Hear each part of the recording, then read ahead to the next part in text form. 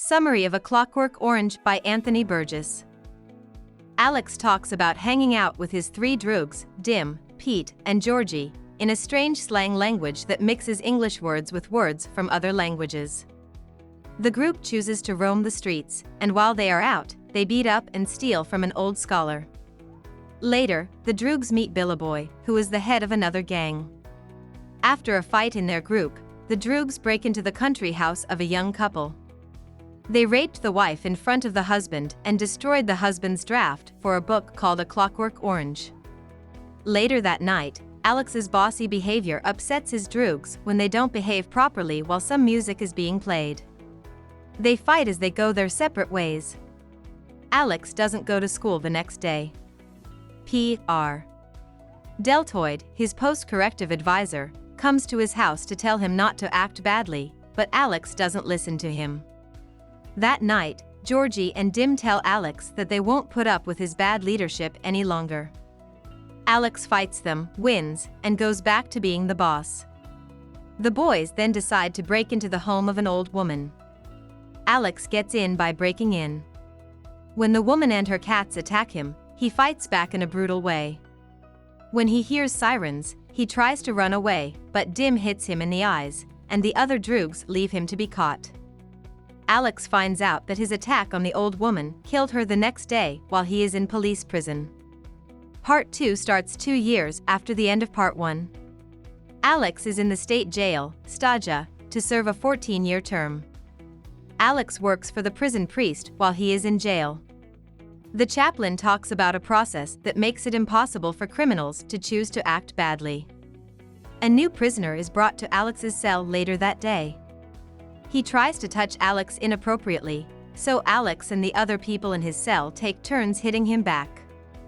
This beating ends up killing someone, and the other people in the cell blame Alex.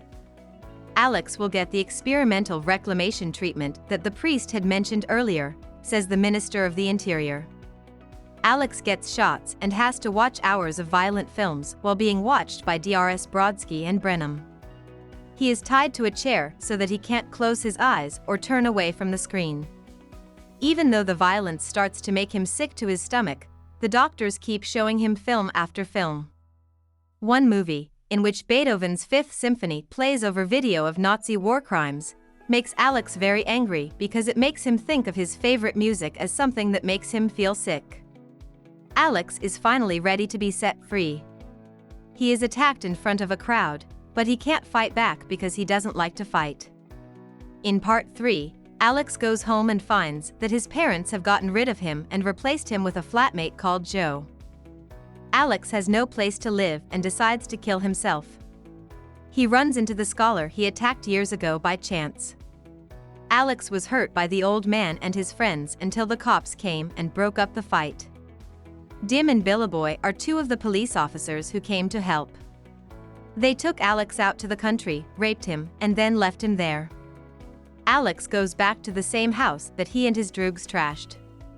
The man who lives there doesn't recognize Alex, so he takes him in and nurses him back to health. The homeowner's name is F. Alexander, and his book A Clockwork Orange is an argument against reclamation treatment. He wants to use Alex as a political tool to help move this plan forward. Alex is taken to a flat by some of his friends. Alex is locked in a room and made to listen to classical music. It hurts so much that he tries to kill himself by jumping out a window. When Alex wakes up in the hospital, he finds that he's had a blood transfer, which means that his reclamation treatment doesn't work anymore. In the hospital, he finds out that F. Alexander has been locked up because the author threatened Alex's life after finding out that Alex was the one who killed his wife by raping her. Alex then gets a new group of droogs and goes back to his old way of life. But he doesn't want to cause as much rage and chaos as he did when he was younger. When Alex runs into his old droog Pete, who is now married and lives a quiet life, he realizes he has grown up and wants to settle down and live a safe life. Anthony Burgess was born in 1917 in the city of Manchester. In 1918, his mother and sister died in a flu pandemic, and he grew up with his father and a stepmother. In 1940, Burgess got a degree in English literature from the University of Manchester. After that, he joined the Royal Army Medical Corps and Army Educational Corps to serve his country during World War II. His service lasted until 1946, when he became a teacher in Gibraltar. The British Colonial Service, where Burgess worked after the war, sent him to Southeast Asia to teach at Malay College. During this time, he had his first books come out.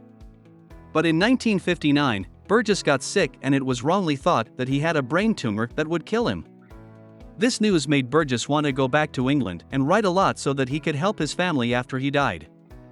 Burgess wrote several books between 1959 and 1962, including A Clockwork Orange. Lynn, his first wife, died in 1968. Later that year, he married again and moved to several countries in Europe.